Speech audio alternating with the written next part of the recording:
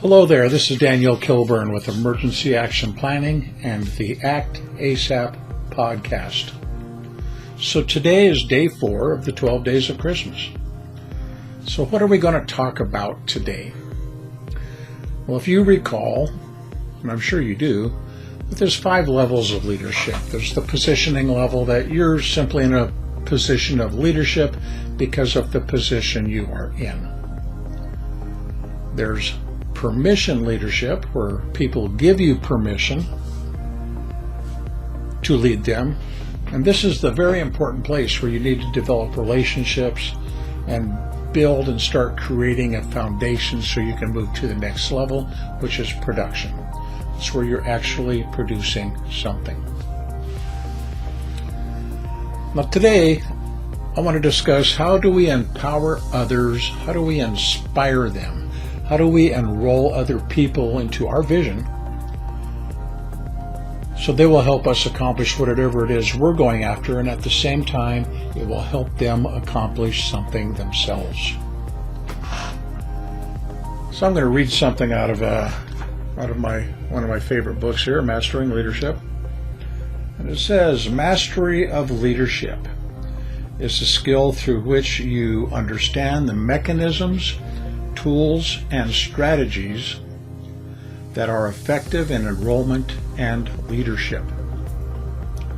When you're enrolling, you are inspiring and empowering people while leading them in the direction of your vision and their own. Now, this is a quote taken from Chris Hawker, who is the co-founder of Next Level Trainings. So what does this mean? Why do I think this is important? Well, there's a couple things here. If we look back through history, nobody who ever created anything of value did it by themselves.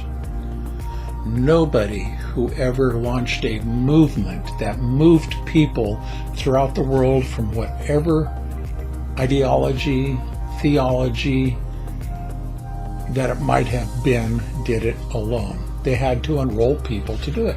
They had to get people to believe in whatever their vision was. So let's understand that word vision. Let's come back to vision. In order to actually accomplish something, we do need a vision. We need to visualize it. Having a nice idea is good, but unless we can actually sit down and visualize what it is we want to accomplish, it will never be done. So in that quote I just read to you, they mention a couple different things. Skills. Mastery of a skill through which you understand the mechanisms, tools, and strategies that are effective. So what does this mean? Well, leadership is not a one and done. Leadership doesn't end once you've accomplished something, once you've taken a course, you've read a book, you've watched a YouTube video, and you know all about leadership. It's not done then. You actually have to do something in order to understand what the tactics, the techniques, and procedures are. To know why they work and how they work, you have to use them.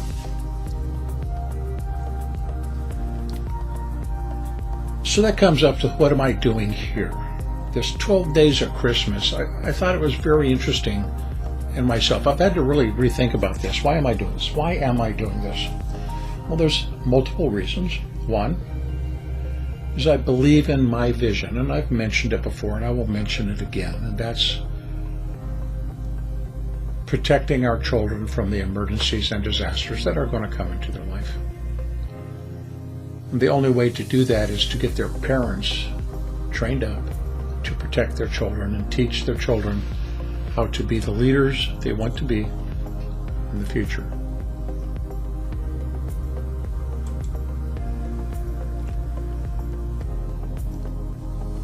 I can't do that alone. I can't go into everybody's house and train their children to be leaders. That'd be a practical impossibility, and I'm quite sure it would probably piss off a lot of parents anyway, so we're not going there. So my vision and my mission, I need to enroll you and other people into it. Now, it's not for everybody. I totally do admit it. What my vision is not for everybody, especially if you don't have children. And my vision of preparing your children and protecting your children, well, maybe not. But that doesn't mean my vision wouldn't work for you. I mean, let's do the math here. More than 60% of the population of this country do live in at-risk locations for natural and man-made disasters. That's just the way it is. Look at the entire western seaboard, the eastern seaboard, the Gulf of Mexico. Almost 60% of the entire population of this country lives in those places. It's just a fact.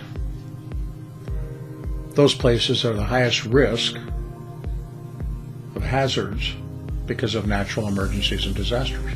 That's another fact.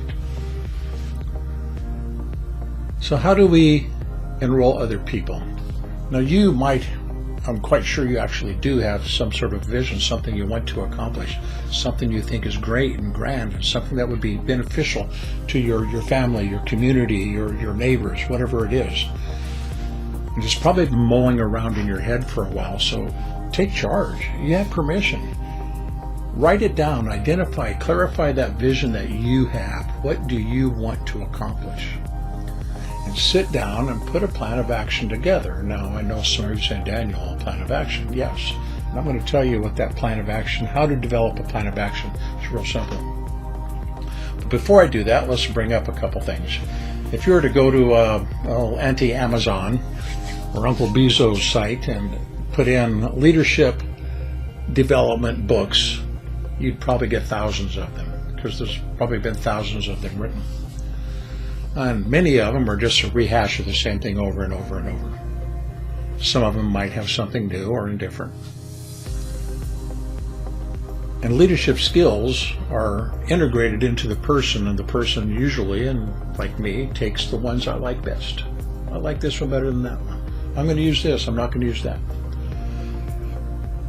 Because some leadership skills will only work in certain environments and will not work in other environments. That's quite true.